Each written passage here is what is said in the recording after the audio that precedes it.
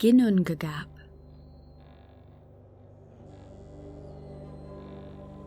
Before men, before the gods, before all that ever was, there lay a vast and empty void, desolate, devoid, without cradle or death trap. I am that empty, that grassless Ginnungagap. To the north, frost-formed Niflheim, full of fog and ice and mist, and from Niflheim endless, Helgelmir flows, one river split apart, carving through the ice to silver-ribboned Eliwagar.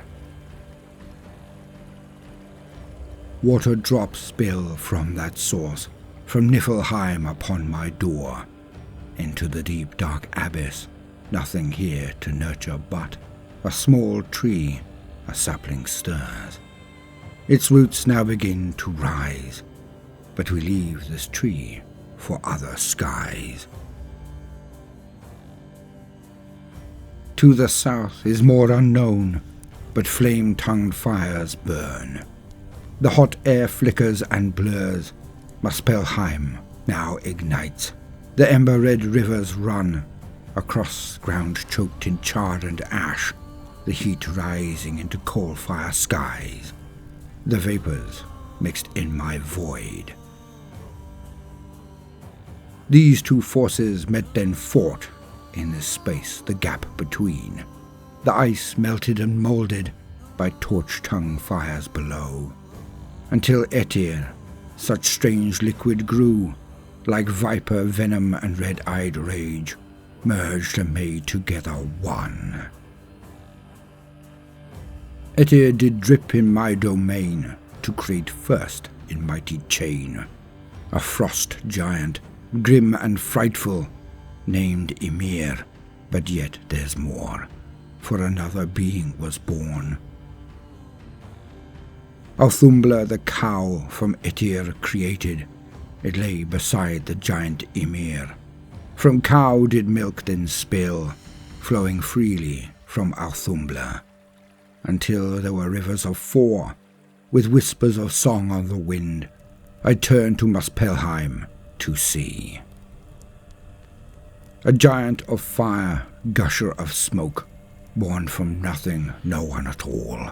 Wielder of sharp slaughter fire, Surtur, monarch of Muspelheim, sits. His realm made of harm of the hall, music of molten, from sword sparkled flames. He swings his sword, walks and waits. From then I was no longer alone, for the beings that had started to sprout, I, devoid, desolate, became two caps. I am the grassless Ginnungagap. To tell this tale another tongue is called for, Auðumbla the cow that creates, moves mouth and pushes air past teeth, and speaks this story now.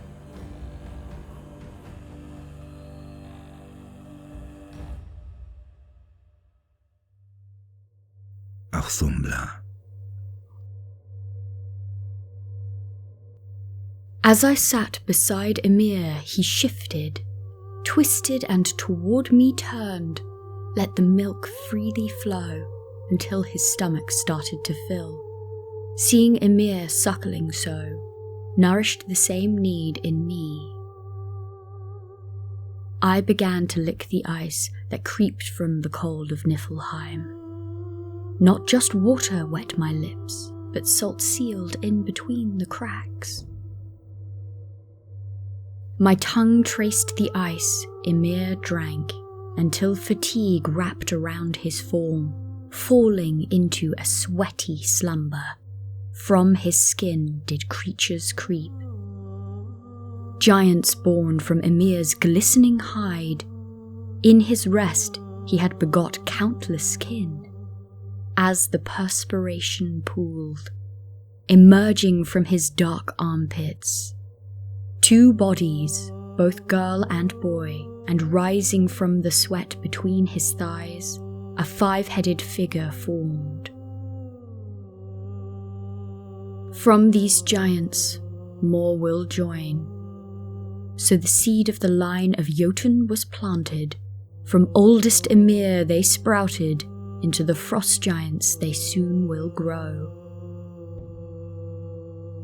But while this happened, I did see the mask of a man, staring at me unseeing. From the ice my tongue moved across, 3 full days it swept the surface.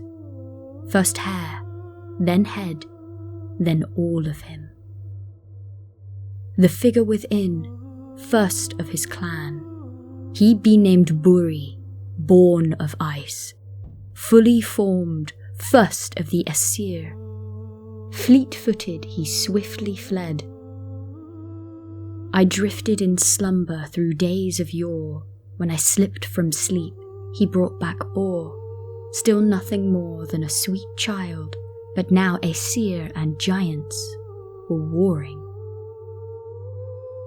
In the great vast Ginnungagap, there is a war of volatile creation, to create death trap between 2 caps, this war inside Ginnungagap.